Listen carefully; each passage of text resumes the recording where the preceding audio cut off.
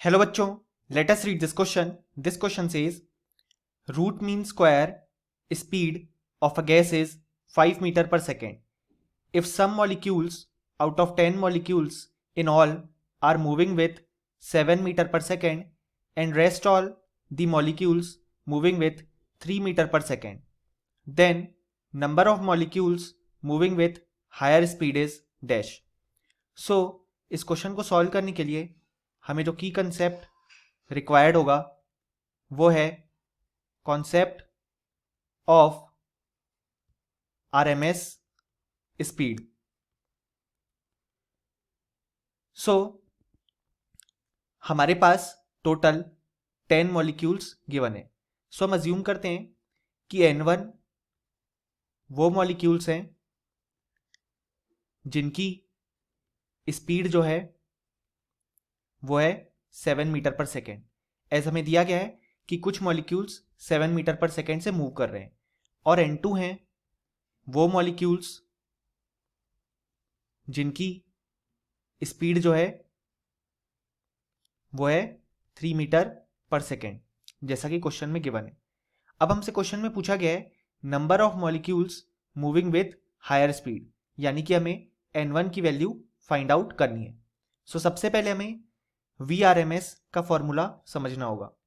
सो VRMS यानी कि root mean square speed में सबसे पहले हम स्पीड का स्क्वायर करेंगे, देन मीन, और देन उनका रूट लेंगे.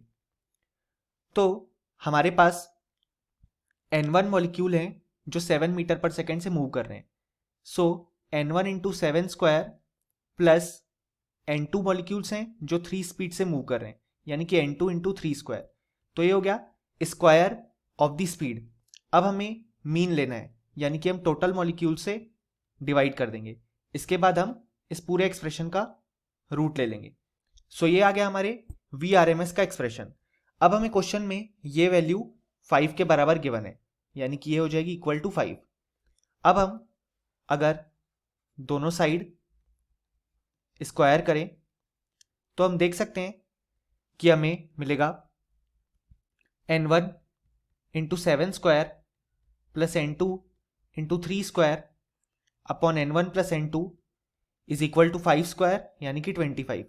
नेक्स्ट स्टेप में हम लिख सकते हैं कि N1 into 49 plus N2 into 9 upon N1 plus N2 is equal to 25.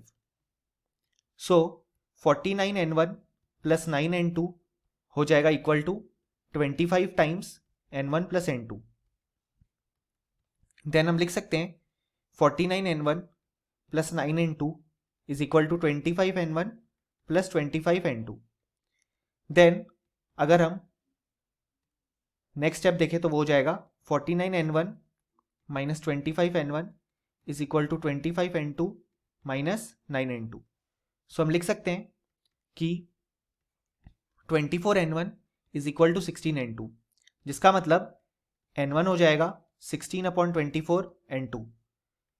अब अगर हम इसे रिड्यूस करें तो ये हो जाएगा 2/3, यानी कि N1 is equal to 2/3 N2. अब हमें क्वेश्चन में गिवन है कि जो टोटल नंबर ऑफ मॉलिक्यूल्स हैं वो है 10, यानी कि हम लिख सकते हैं N1 plus N2 is equal to 10. So अगर हम इस इक्वेशन से लेटस से इक्वेशन 1 से N1 की वैल्यू रिप्लेस करें यहाँ पे, तो हम लिख सकते हैं 2/3 N2 plus N2 is equal to 10, यानी कि LCM लेने के बाद 5/3 N2 is equal to 10. So N2 is equal to 10 into 3 upon 5.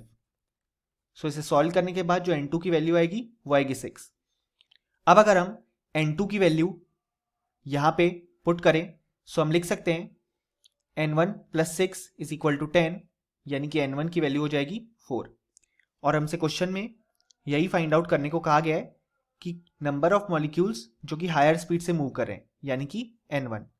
So finally हमें बोल सकते हैं कि इस क्वेश्चन का जो करेक्ट आंसर है वो है 4. Hope you understood it well. Best of luck.